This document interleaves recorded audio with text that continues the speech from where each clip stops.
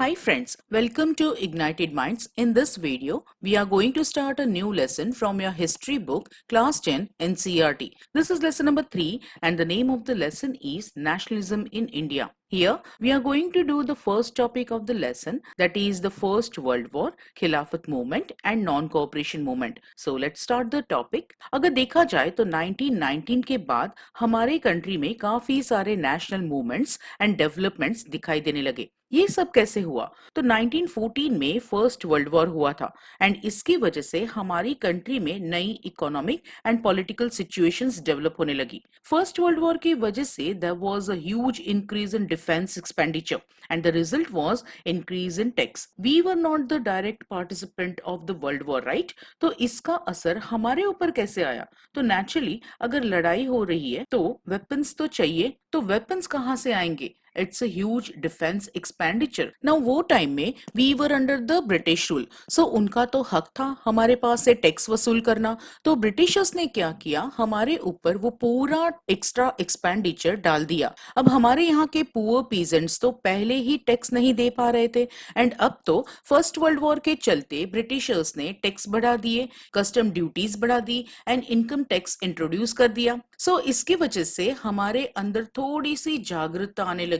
Now अगर tax बढ़ेगा तो प्राइस तो इंक्रीज होनी ही है। जैसे इंपोर्ट एक्सपोर्ट ड्यूटीज बढ़ेगी, कस्टम ड्यूटीज बढ़ेगी, तो क्या होगा? फॉर एग्जांपल हम ले सकते हैं कि पेट्रोल, अगर पेट्रोल का प्राइस बढ़ जाएगा इंपोर्ट एक्सपोर्ट ड्यूटीज की वजह से, तो उसके पीछे बाकी सब एसेंशियल कमोडिटीज के भाव बढ़ जाएंगे ड्यू टू ट्रांसपोर्टेशन एंड इसकी वजह से कॉमन पीपल को एक्सट्रीम हार्डशिप फेस करनी पड़ेगी, उन्हें बहुत ज्यादा सफर करना पड़ेगा। नाउ वॉर चल रहा था एंड वॉर में तो मैन पावर की जरूरत पड़ती है and we were under British rule. तो इसकी वजह से क्या हुआ कि विलेजर्स को जबरदस्ती वॉर में भेजा जाने लगा। There was forced recruitment for the rural people and it was made compulsory for them to fight from the British side. इसकी वजह से wide spread anger was seen among the people and now ये सब problems के चलते nature भी हमारा साथ नहीं दे रही थी। There was crop failure in many parts of India. Now flood या ड्रॉट की वजह से there was acute food shortage in the country and इसके साथ साथ हमें एपिडेमिक का भी सामना करना पड़ रहा था। एपिडेमिक यानी महामारी, जिसमें हमारे पास उस बीमारी का इलाज नहीं होता है एंड बहुत सारे लोग मर जाते हैं। जैसे पहले के टाइम में प्लेग, टीबी, कोलेरा, ये सब एपिडेमिक कहलाते थे, जिसकी वजह से बहुत सारे लोग एक साथ मर जाते थे। सो 1921 के सेंसस के अकॉर्डिंग ऐसा माना जाता है कि फेमाइन एंड एपिडेमिक की वजह से 12 to 13 मिलियन पीपल डाइड। सो ऐसे सब जबरदस्ती एंड हार्डशिप की वजह से इंडिया में नेशनल मूवमेंट स्प्रेड हुआ and there was bonding among the people of our country. So this imperialist attitude of British united the Indians against the British and they started demanding for reforms. Now लोगों ने ऐसा सोच लिया कि war खत्म होते ही हमारी इस हार्डशिप का, मुश्किलों का भी अंत आ जाएगा, बट ऐसा तो कुछ हुआ नहीं। ऐसे मुश्किल भरे टाइम में एक नया लीडर हमारे सामने आया एंड उसने एक अलग ही तरीका बताया स्ट्रगल करने का एंड अन्याय के खिलाफ आवाज उठाने का। So he gave us the idea of satyagraha, the idea of non violence and who was this great leader? तो Mahatma Gandhi. So Gandhi ji South Africa से जनवरी 1915 में इंडिया आए। He had successfully fought against the racial discrimination in South Africa. सत्याग्रही यानी सत्य का आग्रह रखने वाला, a peaceful demonstration without being aggressive and to win the battle through non-violence. Now Gandhiji successfully organized 3 satyagrahs. Gandhiji came to India in the year 1915 and 1916 में वे चंपारण गए, which is in Bihar. Champaran में इंडिगो रिवॉल्ट हुआ था। उस time में the peasants of Champaran were forced to grow indigo in their field. एक तो अगर इंडिगो प्लांटेशन करते हैं तो लैंड में इतनी फर्टिलिटी नहीं रहती है एंड दूसरा इंडिगो प्लांटेशन में उन्हें ज्यादा इनकम नहीं होती थी। So farmers used to avoid indigo plantation but Britishers उन्हें फोर्सफुली ग्रो करवाते थे क्योंकि उनकी इंग्लैंड की टेक्सटाइल मिल्स में कपड़ों को डाई करने के लिए they needed indigo. So Gandhi ji went to Champaran. वहां जाकर उन्होंने पीसफुल सत्याग्रह किया against the oppressive plantation system and the satyagraha satyagraha was successful. इसके बाद 1917 में उन्होंने खेड़ा सत्याग्रह किया। Kheda is in Gujarat.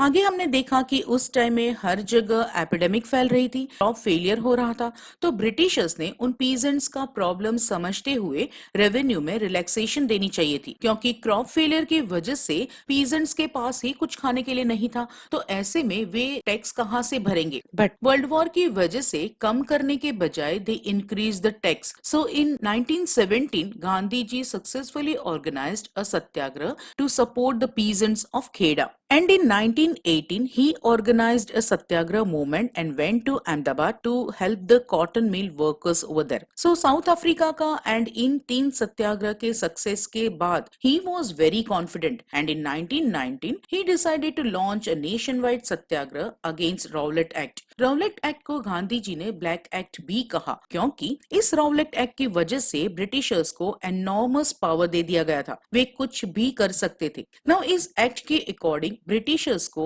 हमारे कोई भी लीडर्स, फ्रीडम फाइटर्स या इवन रिफॉर्मिस्ट पर शक होता है, डाउट या खतरा होता है कि ये लोग कुछ मूवमेंट शुरू करेंगे, तो वे उन्हें किसी भी केस के बगैर, किसी भी ट्रायल के बगैर 2 साल के लिए जेल में डाल सकते थे। सो गांधी जी ने डिसाइड किया कि ऐसे अनजस्ट एंड क्रूअल लॉ के खिलाफ वे सत्याग्रह करेंगे। सो इसके चलते अलग अलग जगहों पर रैलीज ऑर्गेनाइज की जाने लगी, वर्कर्स ने स्ट्राइक शुरू कर दी, शॉप्स बंद कर दी गई। अब गांधी जी एंड बाकी सब लीडर्स को देखकर लोग बहुत ही ज्यादा जोश में आ जाते थे एंड कहीं ब्रिटिशर्स का बना बनाया खेल बिगड़ ना जाए, ऐसा सब सोच के ये सब एक्टिविटीज को रोकने के लिए Britishers started taking harsh steps. लोग उनसे डर कर रहे एंड उनके कंट्रोल में ही रहे। इसके लिए उन्होंने लोकल लीडर्स को पकड़ पकड़ कर जेल में बंद करना एंड लोगों पर अत्याचार करना शुरू कर दिया। Even Gandhi ji was not allowed to enter Delhi. So इसके चलते 10 अप्रैल को अमृतसर में एक पीसफुल प्रोसेशन हो रहा था, जिस पर ब्रिटिशर्स ने फायरिंग शुरू कर दी एंड उसमें कुछ लोग मर गए। इसकी वजह से लोगों में गुस्सा दिखाई देने लगा एंड उन्होंने बैंक्स पर, पोस्ट ऑफिसेस पर एंड रेलवे स्टेशंस पर अटैक करना शुरू कर दिया। सो ब्रिटिशर्स ने वहां पर मार्शल लॉ इम्पोज कर दिया, लोकल पीपल के ऊपर मिलिट्री कंट्रोल लगा दिया गया एंड इसकी कमांड जनरल डायर के हाथ में दे दी गई। सो जनरल डायर के हाथ में कंट्रोल था मार्शल लॉ का एंड किसी की भी परमिशन लिए बगैर ही can take decision according to the situation. अब 10 अप्रैल को लोगों ने पीसफुल प्रोसेशन निकाला था एंड उन पर फायरिंग की गई थी, राइट। सो उसके एग्जैक्टली 3 दिन बाद, दैट इज ऑन 13 अप्रैल 1919 को पंजाब में बैसाखी करके एक बहुत ही बड़ा त्योहार मनाया जाता है एंड जलियांवाला बाग करके काफी बड़ा वहां ग्राउंड था एंड इस ग्राउंड की एक ही एग्जिट थी। नो बैसाखी का त्योहार था तो बहुत बड़ा मेला वहां लगा हुआ था, काफी सारे लोग वहां मेला अटेंड करने दूर दूर से आए हुए थे एंड इन लोगों को मार्शल लॉ वहां इम्पोज किया गया है वो नहीं पता था। कुछ लोग वहां गवर्नमेंट के रिप्रेसिव मेजर्स के खिलाफ भाषण वगैरह दे रहे थे, तो वहां पर जनरल डायर आ गए and he was in charge of the martial law. So उन्होंने वहां पर फायरिंग शुरू करवा दी which resulted into killing hundreds of people. वे ऐसा चाहते थे कि लोगों में ब्रिटिशर्स का डर बना रहे एंड वे सब उनके कंट्रोल में रहे। He wanted to create terror in the minds of the people. अब जब जलियांवाला बाग मसकर की न्यूज सब जगह फैल गई तो लोगों में बहुत ज्यादा गुस्सा दिखाई देने लगा। लोग सड़कों पर उतर आए, there were strikes, clashes with police and they even started attacking government buildings. अब ऐसे अग्रेसिव क्राउड को कंट्रोल करने के लिए the government started taking brutal steps. लोगों को फिजिकली एंड मेंटली टॉर्चर किया जाने लगा। नाउ लीडर्स थे, सत्याग्रही थे, वे ब्रिटिशर्स के अत्याचारों का सामना करते थे बट उनके सामने कभी झुकते नहीं थे। सो इन ब्रिटिशर्स ने इन सत्याग्रही को ह्यूमिलेट करना शुरू कर दिया। उन्हें जबरदस्ती जमीन पर नाक रगड़वाते थे, रास्तों पर क्रॉल करवाते थे, ऑफिसर्स को सल्यूट करवाते थे, लोगों को मारते थे, गांव को बॉम्ब से उड़ा दिया जाता था। सो इस तरह के वायलेंस को देखते हुए Mahatma Gandhi called off the movement. Now Rowlatt act was a wide spread and peaceful movement but फिर भी ये सब जगह नहीं फैला था। It was limited to towns and cities only. So Mahatma Gandhi को लगा कि हमारे इस मूवमेंट में सब लोगों का शामिल होना बहुत ही जरूरी है and it should be a more broad based movement. But ऐसा मूवमेंट हिंदूज एंड मुस्लिम्स की यूनिटी के बगैर पॉसिबल नहीं था। उन्होंने अपने डिफरेंसेस को भुलाकर एक साथ मिलकर इस मूवमेंट को सक्सेसफुल बना बनाना ही पड़ेगा। सो गांधी जी को लगा कि हमें खिलाफत इश्यू को सपोर्ट करना चाहिए। हमने आगे के चैप्टर में देखा कि Ottoman Empire was defeated in World War first and Ottoman एक पूरा मुस्लिम एम्पायर था। अब जब फर्स्ट वर्ल्ड वॉर में ऑटोमन एम्पायर हार गया तो ऑटोमन एम्परर के ऊपर एक बहुत ही हार्श ट्रीटी इम्पोज कर दी गई। The emperor of Ottoman was known as खलीफा and he was also the spiritual leader of the Muslims. अब जब ब्रिटिशर्स ने खलीफा के ऊपर हार्श ट्रीटी इम्पोज करवाई, उन्हें परेशान किया जाने लगा, तो मुस्लिम कम्युनिटी में बहुत ज्यादा गुस्सा था क्योंकि उनके स्पिरिचुअल गुरु उनके खलीफा को बहुत ज्यादा परेशान किया गया था इस ट्रीटी के थ्रू। सो इसके चलते हमारे यहाँ के जो इंडियन मुस्लिम्स थे वे खलीफा को सपोर्ट करते हुए ब्रिटिशर्स के अगेंस्ट हो गए एंड उन्होंने खलीफा को डिफेंड करते हुए बॉम्बे में मार्च 1919 में एक कमेटी फॉर्म कर दी। ये कमेटी फॉर्म करने वाले दो ब्रदर्स थे, Mohammad Ali and Shaukat Ali. Now Hindus Rowlatt act के थ्रू ब्रिटिशर्स के अगेंस्ट थे एंड मुस्लिम्स खिलाफत मूवमेंट के थ्रू उन्हें अपोज कर रहे थे। सो गांधी जी ने सोचा कि हम खिलाफत मूवमेंट को सपोर्ट करते हैं so that Hindus and Muslims unite हो जाए एंड हम एक यूनाइटेड मास एक्शन ले सके ब्रिटिशर्स के खिलाफ। एक मेजर मूवमेंट हम ब्रिटिशर्स के अगेंस्ट में कर सकते हैं। इसी चीज को ध्यान में रखते हुए सितंबर 1920 में कांग्रेस की कलकत्ता में एक मीटिंग हुई। इस मीटिंग में गांधी जी ने दूसरे लीडर्स को कन्विंस किया कि हमें खिलाफत मूवमेंट को सपोर्ट करते हुए हिंदू मुस्लिम्स को यूनिफाई करना पड़ेगा एंड दोनों ने मिलकर एक नेशनल मूवमेंट शुरू करनी पड़ेगी। एक नॉन कोऑपरेशन मूवमेंट होगी जिसमें खिलाफत मूवमेंट एंड स्वराज मूवमेंट दोनों साथ में चलकर एक नॉन कोऑपरेशन मूवमेंट शुरू करेंगे। सो 1920 में खिलाफत एंड स्वराज मूवमेंट को एक साथ में लॉन्च किया गया। नॉन कोऑपरेशन यानी not to cooperate. Gandhi ji का ये मानना था कि इंडियंस की कोऑपरेशन की वजह से ही ब्रिटिश रूल अब तक चल पाया है। अगर हमने उन्हें कोऑपरेट नहीं किया होता तो वे इतनी आसानी से रूल नहीं कर पाते। So if Indians refuse to cooperate तो ब्रिटिश रूल एक आध साल में ही कोलैप्स हो जाएगा, खत्म हो जाएगा एंड हमें आसानी से स्वराज मिल जाएगा। अब इस नॉन कोऑपरेशन मूवमेंट को बनाने के लिए गांधी जी ने डिसाइड किया